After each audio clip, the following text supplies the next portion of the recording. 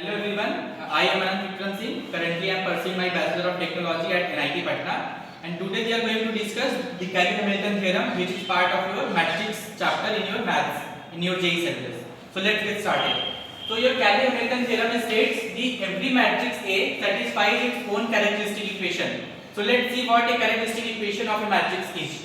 So suppose you are given a 3 cross 3 matrix. So we can write its characteristic equation as x cube minus ax square plus bx plus minus c. So notice here we have a positive and negative sign alternatively, and we let's see what a, b and c is. So your a is trace of matrix A, and b is summation of cofactor of the diagonal elements.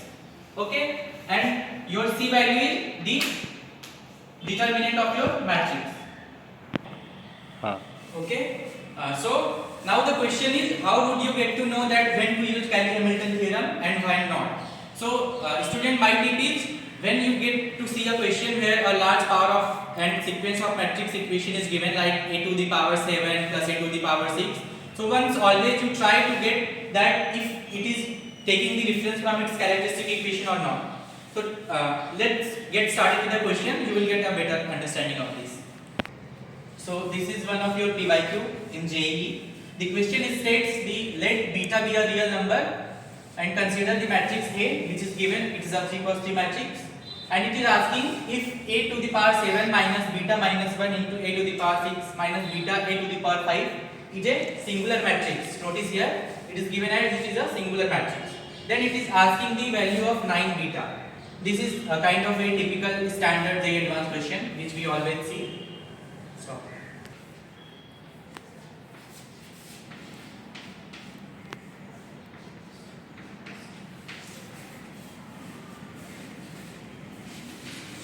okay, so this is the matrix. This is a 3 cross 3 matrix. So we can write its equation in third order: x cube minus ax square plus bx minus c, which we just see that this is the trace of a and this is the sum of cofactors of the diagonal element, and this is your determinant of it. So if we find out the determinant of a, you can calculate it comes as minus 1, and for trace of a we can sum the diagonal elements, which is beta minus 2 plus 1 means beta minus 1. So our equation becomes x cube minus beta minus 1 x square, and now we will find the sum of cofactors. So cofactor of beta, so we will give this row and column. The cofactor of beta will be 0, then row cofactor of 1, it comes minus 2 beta minus 3, and the cofactor of minus 2 is beta. So summation of all the cofactors is minus beta minus 3, minus beta minus 3, x minus of minus. So characteristic equation becomes this, and we know by Kelly-Hamilton theorem that every matrix satisfies its characteristic equation. So the matrix A will satisfy this equation. So if you put the matrix, it will become a cube minus beta minus 1 a square plus minus beta minus 3 times a plus r equals to 0. This is our characteristic equation of matrix A.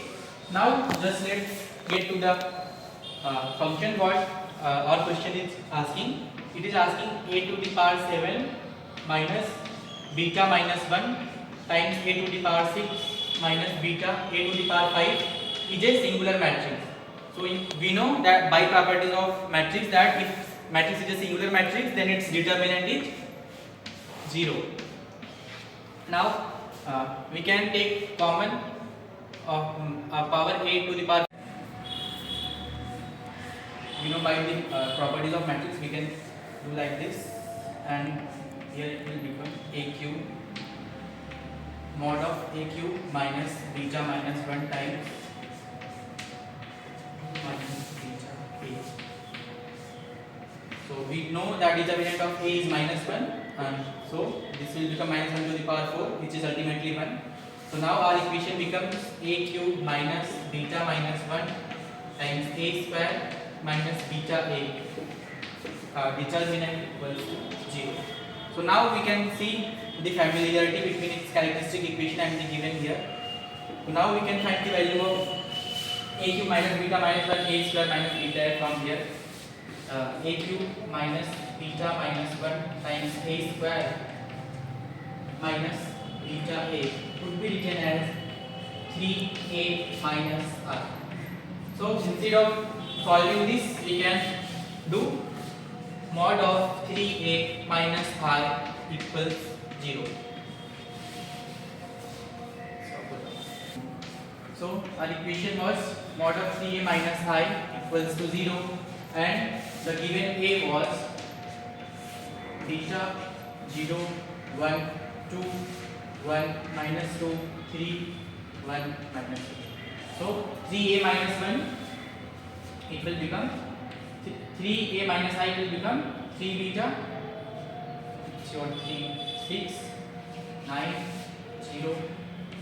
It will become 3 beta minus 1 0 3 and 6 2 minus 6 9 3 and minus 7. So we will find the determinant of this matrix and equate it to 0. So let's find out. 3 beta minus 1 this will become minus 14 plus 18 and 4, and then there is 0, and then 3 for 3 becomes 18 minus 18 is 0. So your equation becomes 3 beta minus 1 times 4 equals to 0. So we can find out easily the value of beta. It comes as 1 by 3. So your value of 9 beta will become 3.